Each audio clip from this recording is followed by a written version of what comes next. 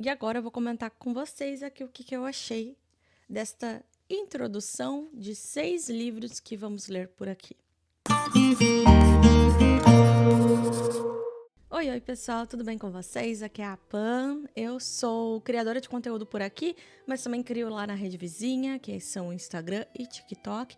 TikTok eu não sou muito focada, gente, então normalmente eu fico mais ativa no Instagram mesmo, que eu gosto de postar fotos, eu gosto de colocar resenhas, gosto de fazer aqueles conteúdinhos em carrossel também, e posto alguns vídeos curtos. Então, se você quiser me seguir, vai ter aqui na caixinha de descrição todas as redes sociais e por onde eu estou, um pouco mais sobre o meu clube do livro também, que eu tenho um clube de leitura com apoio de Catarse. Então, se você quiser acessar aqui, pode ficar à vontade, tá bom? Então, vamos comentar aqui sobre Cidade dos Ossos, que é o primeiro livro aqui da série de 6 livros de Instrumentos Mortais. Para quem não sabe, eu estou lendo Cassandra Clare pela primeira vez e eu estou fazendo uma ordem cronológica diferente. Eu tenho um vídeo, eu vou deixar aqui no card também para vocês saberem qual é essa ordem. E se você quiser ler também um dia, né, se desafiar a ler aí os livros publicados da Cassandra pelo Brasil, pode seguir minha ordem, ou pode fazer do jeito que você quiser também, como ordem de publicação.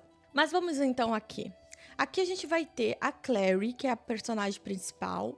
Ela é uma pessoa comum, mora com a mãe dela, tem uma mãe solo. E a mãe dela tem um melhor amigo chamado Luke. Até que um dia ela simplesmente enxerga uma coisa que não era para ela enxergar. O que seria essa coisa? Seriam caçadores de sombra, né? Os Shadowhunters, que a gente já conheceu ali um pouco nas Peças Infernais, um pouco deles, e a gente sabe já da existência deles. Então, para mim, não foi nenhuma novidade aqui neste livro, e eu acho que é isso que eu tô gostando já na série, porque eu comecei pela trilogia Peças Infernais, então eu já sei o que são Caçadores de Sombra, e aqui não teve surpresa nenhuma pra mim, porque eu já sabia. Quem não sabia era a Clary. E conforme eles foram explicando o que era, o que não era dentro da história, eu fui mais introduzida ainda dentro desse universo, porque tu tem ainda mais descobertas. O que são, de fato, Caçadores de Sombra? O que eles fazem? Como que eles morrem? Por que eles são metade anjo, metade humano? Então, tudo isso a gente tem respostas lá em Peças Infernais, mas também a gente vai ter respostas ainda mais completas aqui nesse primeiro livro. Como que a Clary enxerga, né? Como que acontece esse encontro entre eles? A Clary, ela tem um melhor amigo, que é o Simon, e eles são bem novinhos aqui, tá? Então, o Simon, ele é um ano mais velho que a Clary, eu acho. Ele tem 17, ela tem 16, ou ele tem 18, ela tem 17, agora... Não, ela tem 15 e ela vai fazer 16 anos ainda. Então, ela é bem novinha, uma personagem bem novinha. E eu fiquei muito surpresa de ver a maturidade da Clary aqui no livro com 15 anos de idade. Não que a gente com 15 anos de idade não tenhamos uma maturidade, mas eu digo assim, os pensamentos mais maduros da protagonista mesmo, sabe? Como se ela tivesse 20 anos. É aquele famoso alma de velha no corpo de jovem. Eu acho que eu fui a Clary aos 15 anos, porque eu pensava muito e sempre eu dava bons conselhos para minhas amigas, aliás. Eu acho que eu fui uma boa menina de 15 anos. Mas vamos lá. Vamos continuar aqui. E aí, eles resolvem, ela e o Simon, ir numa boate chamada Pandemônio. E nessa boate tá tocando uma festa e eles estão aproveitando muito, estão curtindo e etc e tal. Até que eles encontram os caçadores de sombra caçando um demônio. Que é isso que os caçadores de sombra fazem. E eles estão ali, querendo ou não, o demônio. E aí a gente percebe que a Clary, somente ela vê isso. E aí a gente fica muito intrigado. Por que ela tá vendo? Por que só ela, o Simon, não tá vendo? Será que o problema tá com ela? Enfim. E uma curiosidade também que eu gosto de comentar é que o Simon, ele é melhor amigo dela de fato. Muito melhor amigo. Porque onde Clary vai, o Simon vai também. O Simon não larga a mão da Clary por nada. Nem mesmo depois de alguns acontecimentos que acontecem lá no no segundo livro, que eu vou comentar aqui. Em breve vai sair uma resenha aqui pra vocês também do segundo livro e do terceiro. Então, se você gosta desse conteúdo, já se inscreve aqui pra não perder os próximos. Depois que passa essa festa, né, essa boate, etc e tal, a mãe dela liga pra ela e diz assim: vai pra casa do Simon, vai pra casa do Simon, não volta pra casa, não volta. E o que a Clary faz? Ela volta pra casa. Ela volta pra casa. Ela faz tudo o oposto do que a mãe dela pediu. E voltando pra casa, ela vê o apartamento ali todo destruído, né? Tudo bagunçado. E ela já não tá entendendo. Ela já começa a procurar pela mãe dela. Tipo, aconteceu alguma coisa com a minha mãe não me fala nada. Só que o erro da mãe dela foi não ter contado nada pra ela, sabe? Foi tentado super proteger a menina crescendo fora desse mundo que a mãe dela pertence também. Que a mãe dela é metade caçadora de sombras. E aí, queridas, acontece um negócio. A Clary, ela vai pro instituto junto com o Jace. É aí que ela é resgatada pelo Jace após matar um grande demônio que invade o apartamento delas. E ela começa a descobrir que toda a vida dela existe uma outra metade que ela não conhecia. Então ela é metade humana, metade caçadora de sombras. E aí ela fica apavorada. Apavorada com tudo que começa a acontecer. Tudo que se desvenda ali. E o Jace sempre encantado por ela. E também, além do Jace, a gente conhece o Alec e a Isabelle, né? A Isabelle é uma personagem maravilhosa. E eu vou dizer pra vocês que ela é bem diferente do filme. Eu vi já o filme, né? Esse primeiro filme aqui. Não cheguei a assistir a série, nunca assisti a série. E o primeiro filme, pelo que eu me lembrava, a Isabelle era um saco, muito chata, pelo que eu me lembrava. Muito exibida, muito assim, sabe? E no livro, não. No livro, ela é uma menina muito carismática, muito querida, que tem uma paciência ali de explicar pra Clary as coisas que estão acontecendo também. Só que o Jace não sabia que a Clary iria trazer tantas respostas, não só pra ele, mas pra todo mundo, que estava curioso por ela ver eles e o Simon ou outros mundanos não ver. E só quem vê Caçadores de Sombra, mesmo com eles, com aquelas insígnias que eles colocam, com aquelas marcas para se camuflar e ficar invisíveis, são outros Caçadores de Sombra. A resposta já tá aí, não é mesmo? E Clary é filha de um dos maiores FDPs que você pode imaginar. Ela é filha de Valentim. Ele nunca morreu, tá? Ele esteve vivo o tempo todo. O Valentim é uma pessoa que vai contra a política que os Caçadores de Sombra seguem. Só que ele começa simplesmente a reunir os instrumentos mortais. E o que seriam os instrumentos mortais? Seria um espelho, um cálice e uma espada. São esses 3 instrumentos mortais. E ele começa a reunir esses instrumentos porque quanto mais ele possui aquele objeto, mais poderes ele terá para enfrentar outras criaturas. E ele não gosta desses... Ele tem preconceito com o pessoal do submundo. Então ele resolve criar o próprio motim dele para criar uma política diferente. Porque ele tá revoltado com a vida. Ele tá revoltado, ele odeia todas as criaturas do submundo. E ele acha que só os caçadores de sombras são caçadores importantes, que são pessoas importantes, que só eles poderiam existir e que o resto tudo poderia ser banido, aniquilado. Pois então, olha a cabeça do Valentim. E a Clary é filha dele. E aí ela começa a descobrir muitas coisas, muitas aventuras começam a acontecer. A gente começa também a explorar outros lugares, como a Cidade de Ossos, onde eles vão para Clary ter mais informações sobre ela mesma, para ela saber também por que pensamentos, coisas que aconteceram na vida dela foram apagados. E aí também entra um personagem que eu estou amando, que já desde Peças Infernais eu estou apaixonada, encantadíssima, que é o Magnus Bane. E eu acho que esse personagem, a Cassandra, ela deu, assim, todo o seu coração, todo o seu brilho, tudo que ela podia criar dentro da história, ela deu pro Magnus. Porque o Magnus, ele é um personagem encantador. E ele não é um personagem repulsivo, arrogante. Não, ele é sarcástico, ele é irônico. Ele tem um charme, sabe?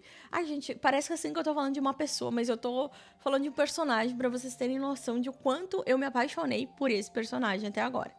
Então, o Magnus, ele está envolvido aqui em apagar pensamentos e momentos importantes da cabecinha da Clary, e isso a mãe dela vinha fazendo há um bom tempo. Por isso que Clary não tem muitas memórias do passado dela, por isso que a Clary, ela sabe de coisas que aconteceram, mas ela não consegue se lembrar dessas coisas. Ela sente dentro dela que aconteceu coisas diferentes ali, sabe?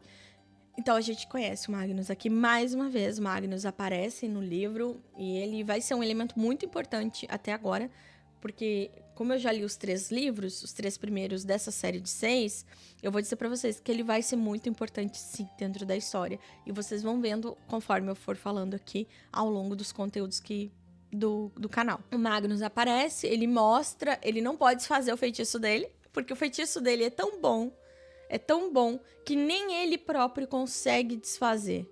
Olha o quanto ele é poderoso. Ele é muito poderoso. Ele é magnífico. Ele é magnífico, ele é espetacular, gente. O Magnus Bane é uma criatura, assim, fantástica, né? E ele é um forte feiticeiro. Então, até mesmo os feiticeiros, o Valentim quer aniquilar. Só que, assim, o Valentim, ele tem um sonho e somente isso. E ele consegue, né, o primeiro elemento aqui. Ele consegue resgatar esse primeiro elemento. E aí a coisa vai complicando mais, porque mais segredos vão sendo revelados dentro desse livro. E eu tô, assim, chocada até agora.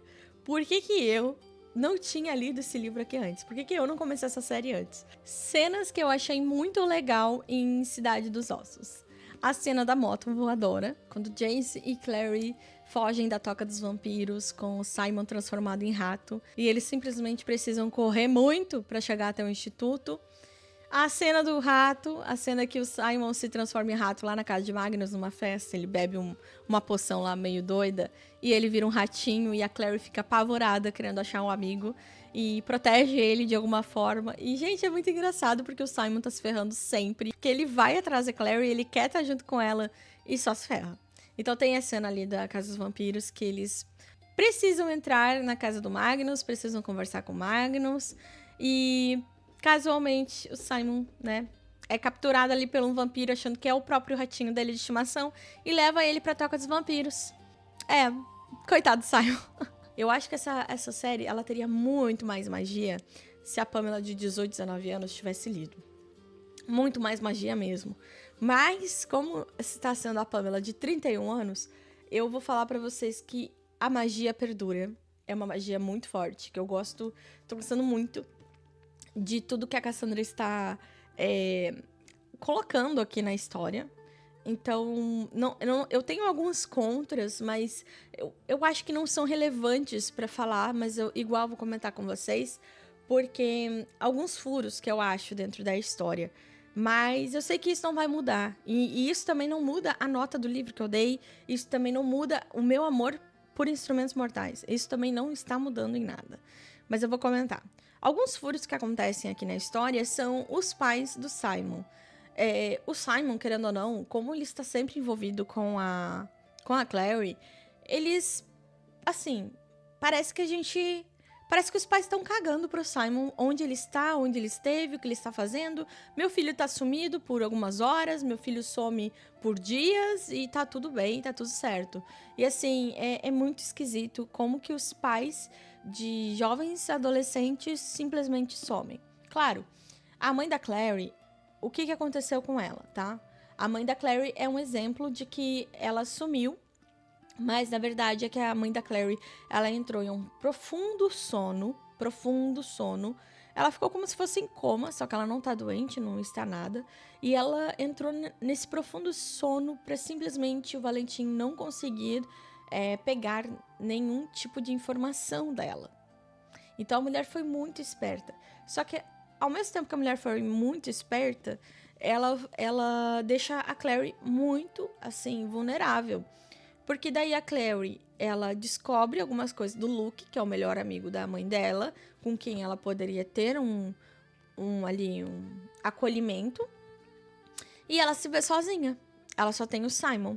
E aí tu pensa, uma menina de 15 anos, com a mãe sumida, a mãe em coma, só tendo um melhor amigo também, da mesma idade praticamente, e um monte de estranhos que matam demônios, te levando para um lugar onde você descobre que seu pai é um ser maligno. Gente, eu acho que eu precisaria de terapia por muito tempo se isso acontecesse na minha vida. Mas eu fiquei chocada, assim, com esses furinhos que foi, sabe? Tipo, os pais do Simon não se preocupam com ele. Enfim, mas são pequenos furos que eu acho que é só na minha cabeça mesmo. Enfim, é só na minha cabeça mesmo que existe essas questões, assim, porque hoje, como eu estou mais madura, eu acho que eu me preocuparia, assim, com meu filho ou minha filha sumida, sabe? Eu ia querer ligar, eu ia querer saber. E por aqui a gente não tem muito uma noção do tempo também, sabe? Eu não tenho noção do tempo do livro. O que isso quer dizer? Eu não sei se passou um dia, 2 dias, um mês, uma semana. Pra mim, os 3 livros se passam em anos a história, de tão envolvente que é, sabe? Não sei se você vai me entender. Então, eu não sei se tu já leu essa série, eu não sei se tu tem vontade de ler, mas eu posso dizer, comece. É uma baita aventura, tem um pouquinho de romance, mas é assim, migalhas de romance, até mesmo acontecer alguma coisa, porque isso é um baita spoiler e eu não posso dizer, mas a gente se vê no próximo vídeo. Beijos. Obrigada para quem curtiu aí, obrigada para quem se inscreveu no canal, chegou por aqui através desse vídeo e até o próximo vídeo que vamos falar sobre o segundo livro e que eu tô super empolgada para comentar com ele aqui com vocês.